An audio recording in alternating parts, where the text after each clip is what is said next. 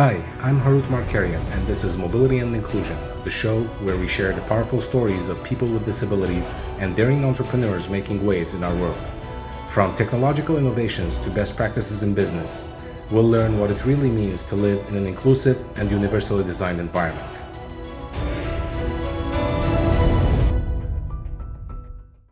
Welcome to a new episode of Mobility and Inclusion. With us, we have a highly networked speech-language pathologist, Mei-Ling Chen. Mei-Ling has over 14 years of clinical practice from preschool through geriatrics. She is an expert in augmentative and alternative communication. She is currently working with Cognition to create the world's first brain-computer interface and augmented reality technology for AAC, and is organizing her second book in the #1 Kindle bestseller series, Becoming an Exceptional Leader. The anthology is created by co-authors who have joined Mei-Ling as guests on her Exceptional Leaders podcast and Facebook Live interviews, where she spotlights disability leaders all over the world. She is also working with Verge Learning following recent acquisition of Exceptional ED, the professional development platform she co-founded. Mei-Ling, welcome to the show. Hi. How are you today? I'm wonderful. Thank you so much for having me on the show with you. I'm really excited. We are honored to have you. So before we get into it, I wanted to ask you to give us a little briefing of who Mei-Ling was before and how did she get into this field? Oh, okay. Well, I came out this little tiny baby. I think I was like 5 pounds. Good start. I never know how far do you go back, right? Well, right before you decided, I guess, to be in this field. That's a great question. So I went to college at Rutgers College, Douglas College, Rutgers in New Jersey. And I'm really proud of that. That was an amazing time for me. And I would say those were like the best times of my life. I really enjoyed college. But I say this because I was kind of having too much fun. So I joined a sorority, Phi Sigma Sigma, and was doing my thing. And I was getting A's and B's. And I had planned to go into business school. So I thought this was going to be easy peasy because up until then, everything had been pretty easy for me. I was a straight A student, everything was like just coasting.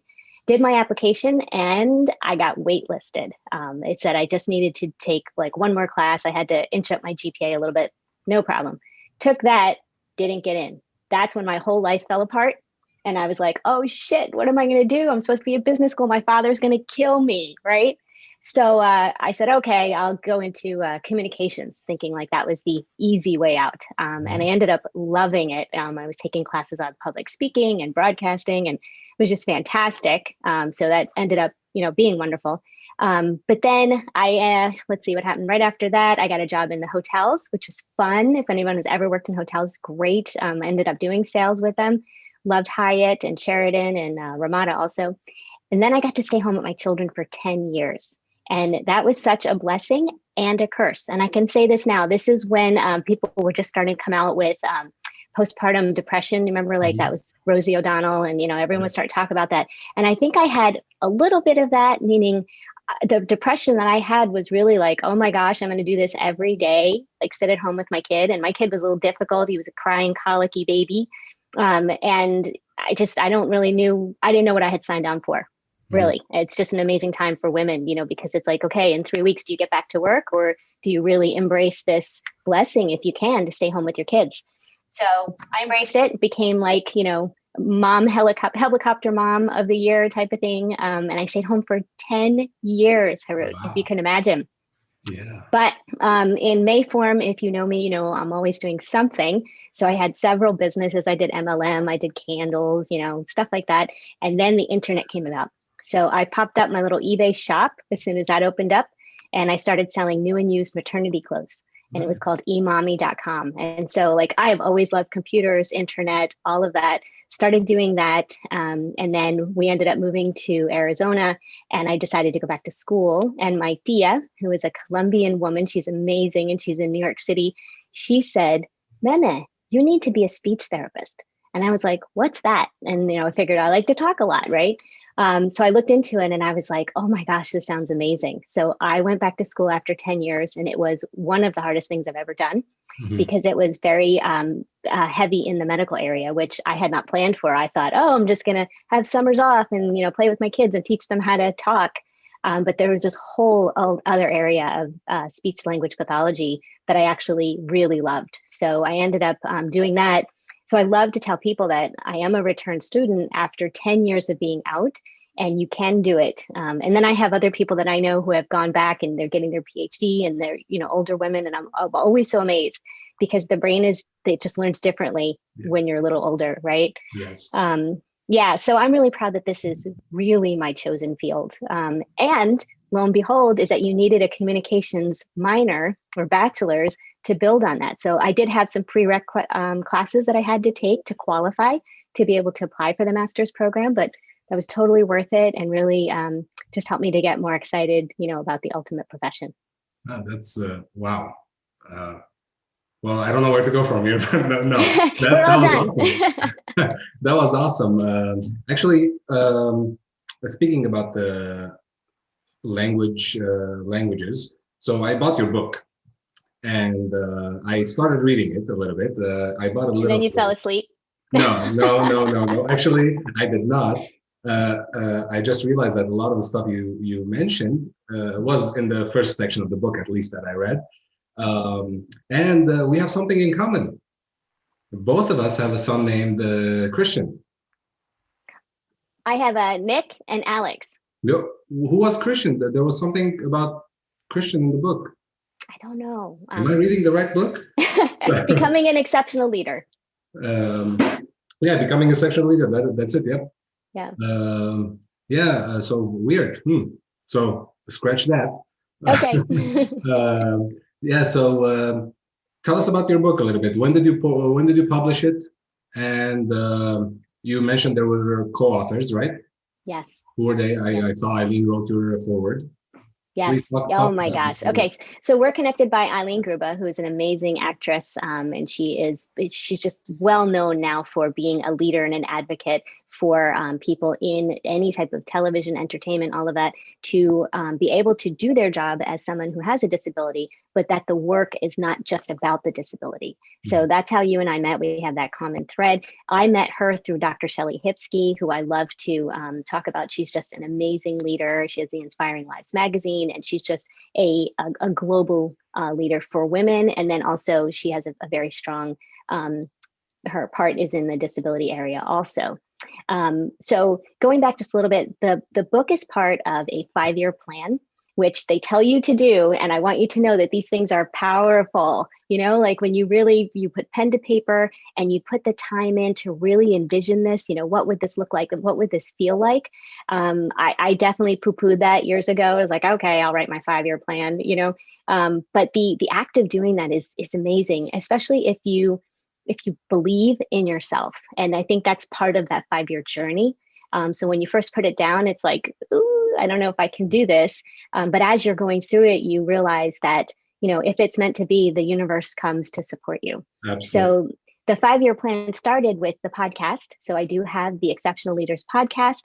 I hosted it myself for 1 year. I did 51 interviews, and it dropped weekly, and I thought I was going to literally die from the stress.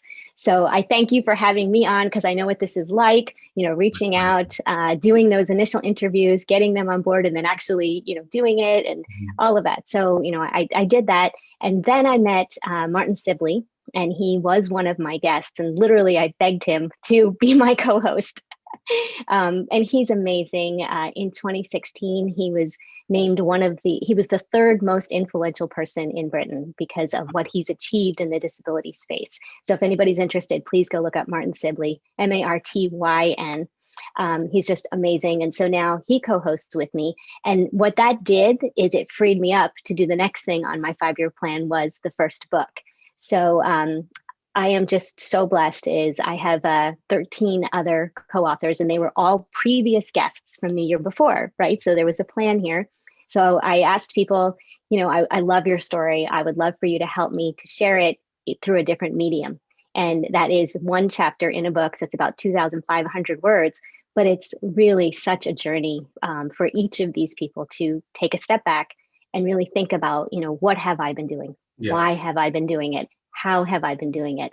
And that's what the first book is. It's basically a very intimate look at the step-by-step journey that people have taken to create a nonprofit, to write a book, to create a podcast, just all of these different amazing offerings. One is a online support for kids with autism who like to play Minecraft. He created a whole nother server and this whole nother universe of parents and professionals who come in and support the players. Oh, it's so amazing. And it's like people like yourself. I just had you on the podcast, people who we have expertise and we have skills in one area, and you can bring that into this helping people with disabilities all over the world. Yep. And so that's what that first book is about. And then the 5-year plan is that I have 2 more books in the series. So the first one was very general. It pulled from the 51 interviews that I had completed.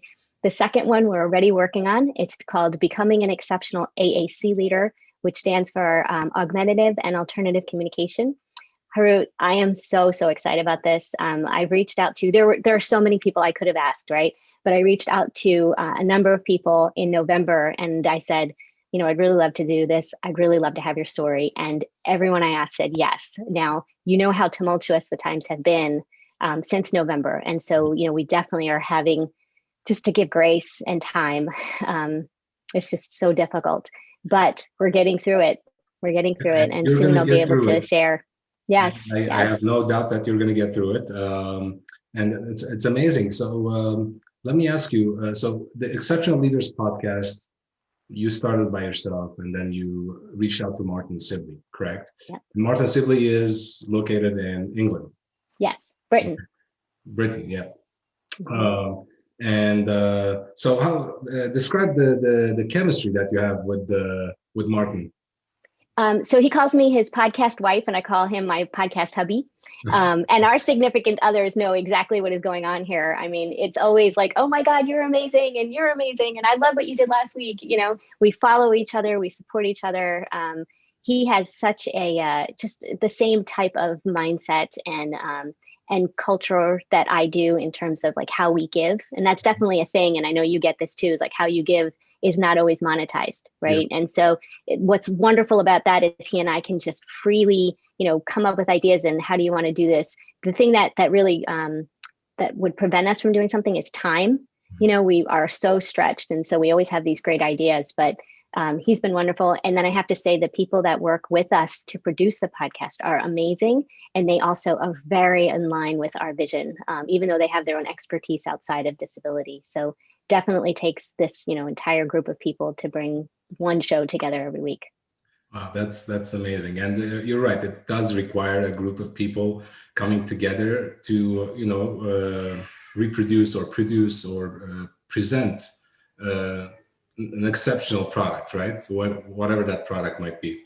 And I'm going to talk to you about your work with cognition a little bit, and the augmentative reality, the augmented reality stuff, and how you're applying that to education, right? If I understand it correctly.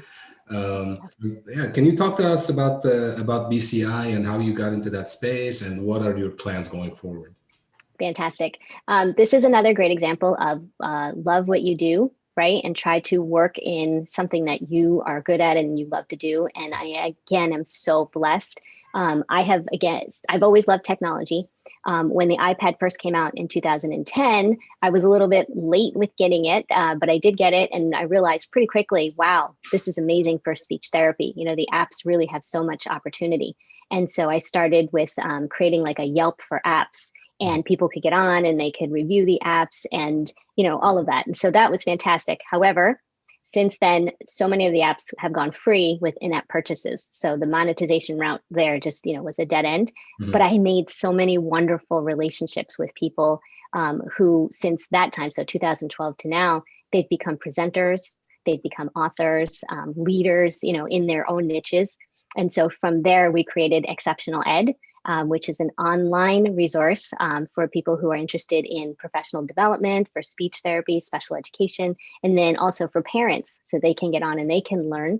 And in working through there, I met Lucas Stuber, and he has always been an absolute leader in the AAC space. So that's the augmentative, alternative communication space. And when he started with Cognition, that's the company that we're talking about now, He started with Cognition in January of last year. He said, May, I need you to meet this guy. His name's Andreas Forslund. He's the founder and the visionary for this company. He's like, I really think you guys need to meet. Don't know, what you would do from there, right? And I was like, wow, this sounds amazing. So I met them when I went to the LA Abilities Expo in California because I was supporting one of the authors. I was there too. You were there too. It's such a really great experience. I hope they Yeah. have it again. Obviously that we missed it for this year, but for next year. Mm. And I got to just sit down with Andreas person to person. So there weren't any conceptions to anything.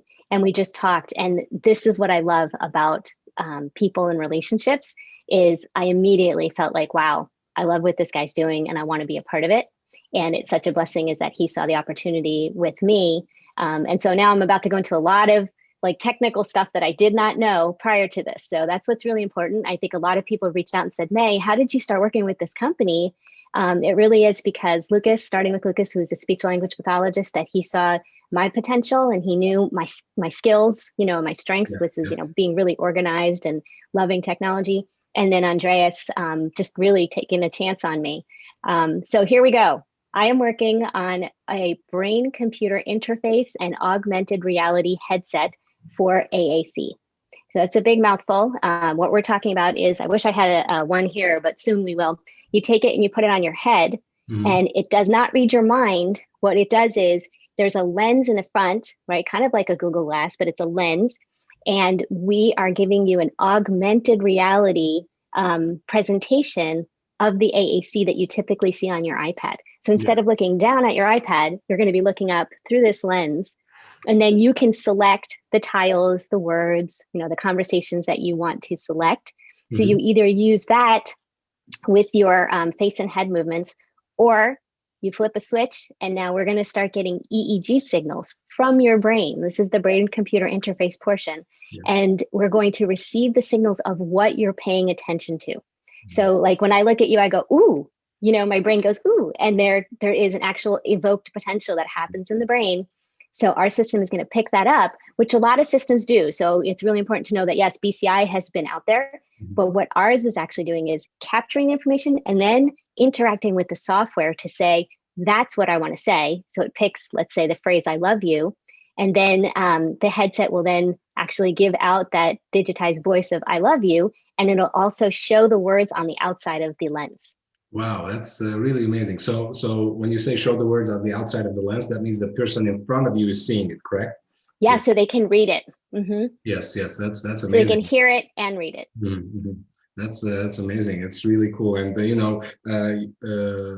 you already know that I also did some work with BCI. So as you're talking, I'm really excited about it, and I want to know more. I kind of want to get it in my hands and play with it a little bit just to see what's going on. But the more important thing is that if you just think about how many people this technology is going to help, it's just overwhelming majority, right? I mean, you guys probably did more research than I have in this area. Can you talk to us about the demographic and who's this going to help?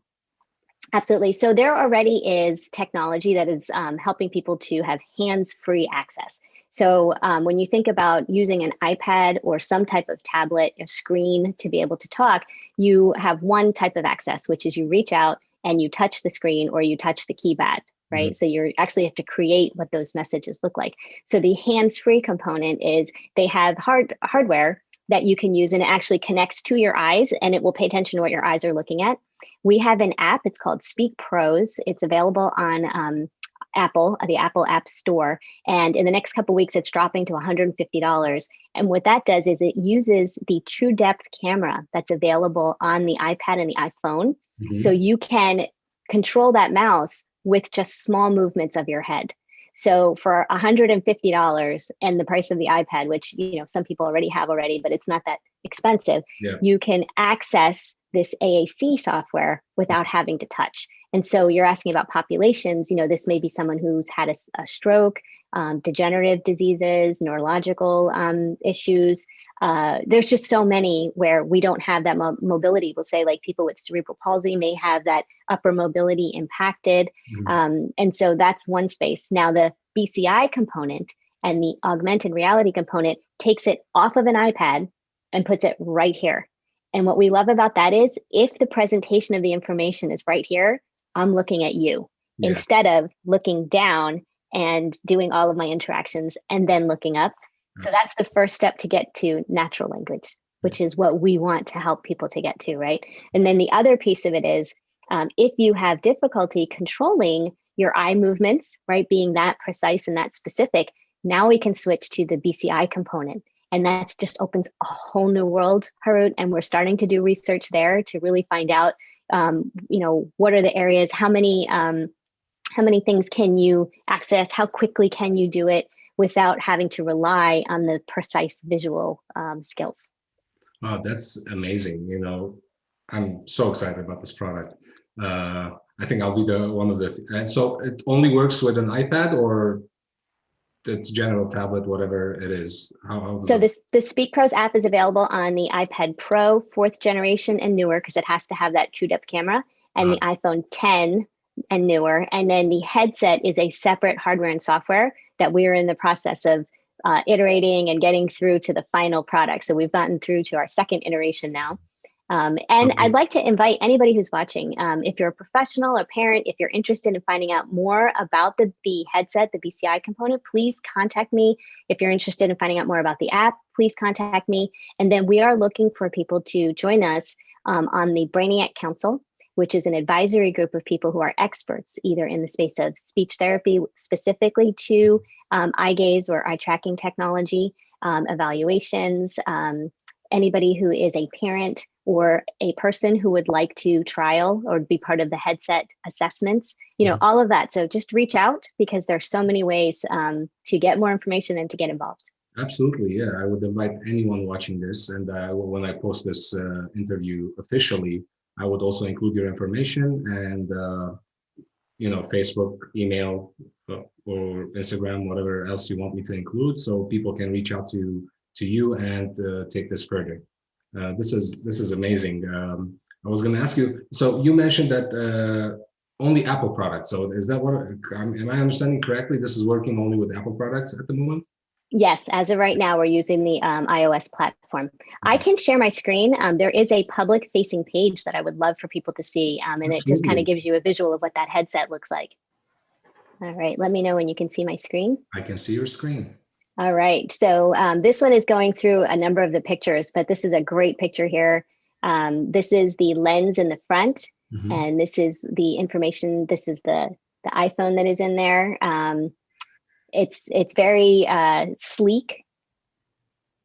We're trying to make it very comfortable. This is the cushioning, the padding at the back. This really exciting stuff. It's it looks here's what my thoughts about it. It's cheap, relatively cheap at least. It's revolutionary, and the design is great too. So here's my first opinion on just seeing the pictures and your description, based on your description. So it's great. That's very great work. So let's move on to the exceptional ed endeavors. And currently, I think we mentioned that Verge Learning acquired exceptional ed. Is that correct? Yes. We haven't actually gone public with that yet. Just kidding. I guess this is it. We do have a press release coming out, but we've been working with the amazing team at Verge Learning since November, actually. It's like dating. I want everybody to know, when you're in the entrepreneurial startup world, you hear about acquisitions and mergers, and they ask you, what are your 5-year plans? And myself and Nicole Zeno, who's been my partner for a couple of years, she's just an amazing, amazing tech guru. We definitely started out the gate like, we need our pitch deck, and we need to talk to people, and we did. But there was a lot of times we walked away from those meetings going, not a good fit. Like the culture is different, the whole mindset is different. It's just not a good fit. But with Verge Learning, honestly, we are so happy, to the point where all of our founders, we have 5 of us, we all came forward to continue to work with the company. So that says a lot. And I'm sure that this, in terms of just getting through the whole process. So we're so excited. We've merged with Verge Learning. They are a teletherapy platform. what they're doing is making your like Zoom-ish experience specific for special education. Mhm. And that's totally different. There's so many things that we need in this space. And one of the things is obviously HIPAA compliance. We need to be protected. We need to, make sure that we give our students and their families the peace and security that this meeting is confidential. Mhm. And then we're also giving them content that they can use. So instead of having to go out and where's my PDF, how can I do this? How can I use a third camera doc so I can capture this? It's all right there as part of the therapist or the clinician or the teacher's experience. You want something for articulation? We've got it. You want something for early literacy? We've got it. And then also like a gaming component too, that you can go out and do things. So I'm super excited about that. Gosh, I got so many great things. Thank you for letting me share. You do know that's amazing, and I'm sorry if I said something I shouldn't have. No, it's good. But no, that is great. I was going to ask, like, when are you finding time to do all these stuff? I thought I was busy. Barbara Fernandez of Smarty Ears app said that to me just 2 nights ago, and she knows this too. Is you schedule everything, like I'll schedule virtual lunches now with friends. My parents, I schedule them that I have a call every morning with them. And so my dad will say something like oh, I know you're so busy. I'm like, look, you're scheduled. You're on my agenda. Yeah. So anyone who's not scheduled is basically out. You're out, yeah. Yeah. But it's also the me time, right? So I know that there's things that I haven't been doing well, like doing yoga like I should be. But Cam and I now, we are in Santa Barbara for a couple months where we're working with cognition. So we've been going to the beach, and that's scheduled. They'll be like, okay, this time we're unplugging and we're going. And that's just been, oh my gosh, just feeding my soul. Well, I started doing personal development, and that's actually one of the things I tell people. You need to write it down. And that's gospel. That's it. And that's how you're gonna progress or do things that you set your mind to do. Otherwise, if everything is in your mind, you're just gonna, go about doing things randomly, and sometimes you're gonna forget. I just saw research that said that students who are handwriting their notes are actually retaining more than the ones that are taking digital notes. Yeah, well, I used to do that, but I didn't know this fact before. So I used to when I was a student. I mean, yeah, yeah. I was even right now when I read a book and read a book or see something online that really resonates with me, I write it down. Yeah, I have notebooks here that I fill. It just something. It gives me I don't know, pleasure to write it down, and it's also a way for you to get away a little bit from technology, and use the old-fashioned way. All right, I'll share a little thing. I love colored pens. So for Christmas, I asked for my Secret Santa. I got colored pens. I got purple, green, blue, and it just, I don't know what it is, but it gives me such joy to take notes and stuff in different colors. Hey, whatever makes you happy. That's awesome. That's awesome. So when is the next book coming out? We're working on it. And as I was saying, just life is kind of holding us up a little bit, but I'm hoping for March. And I really think that that's a doable target. So but we're all together on it. In 2 months, basically. Yes, we do have, I think 9 of the stories are completed so far and have gone through the editing process, and they're amazing. They're amazing. So just every one of them, just incredible. That is great. I am going to write my second book, but I don't have a timeline for it yet, so we'll see. I have to write it down as we talked about. We have to do like I do. I don't write the whole thing. I do the introduction, I do my 1 chapter, and I do the summary, and of course all of the editing. I get to read everybody's stuff, and then I work with the editors. But I can't imagine doing an entire book myself. So really, I have a lot of respect for you and others who do obviously chapters and chapters. Yeah, it wasn't easy, and my book is a small book, but. I put a lot of time, because I wrote everything from start to finish, except for the foreword, who was written by Vince Daskal. Yes, Vince Daskal. We love him. Now, English is not your first language. No, it's not. It is my 4th language. 4th language. And so I really want everyone to hear this also. I mean, it's just so amazing that English is his 4th language, and then he is an expert and an author in this language. Well, I don't know about expert, but at this point, I think all four languages I don't speak properly. Let's just say that. Yeah. So, but no, I love that I speak several languages. Initially, at school, it was hard. Growing up, at school, there's always more work to be done. But I'm glad my parents put us through that, but me and my sister basically, and it was, right now I enjoy speaking four languages. Even the language that I don't speak, I can pick up easily and I can learn easily. So Yeah. it's beneficial, definitely. Um, that's that's all I have. Do you want to say any closing comments? Well, I just feel like there is a real renaissance here going on, in terms of equity and accessibility. And obviously, we've gone through, so much in this past year in terms of Black Lives Matter. And there also was a disability awareness campaign that happened over the summer, and that's super important. But Mhm. I just feel that collectively, people are really starting to bring down those divides and those barriers and prejudices. Yeah. And we're realizing, that they shouldn't be anywhere in any culture, and I'm really excited about that, Harut. So I think that, like, all was it high tides raise all ships, and I think that we will all benefit eventually, from all of this. Yeah, and you are right. The division doesn't do us any good, and uh, in this country, I think we are less divided than in others. I come from a Mhm. divided country, so I know. But long story short, division bad, unity good. And that is it. I will share this with our guests. So I will put this on Marketing Robotics website. You guys are welcome to watch it again. I will also have it on Buzzsprouts, which I will share also. So if you can't watch it, you can listen to it. Thank you so much, May, for being on with us today, giving us your time, penciling us in. I appreciate you very much. Thank you for this opportunity and for producing these. You're doing an amazing job. And if anybody wants to listen to Harut's very detailed interview with me about all the things he's up to, you can find it on Exceptional Leaders. Absolutely. Exceptional leaders. Go and watch it or hear about it.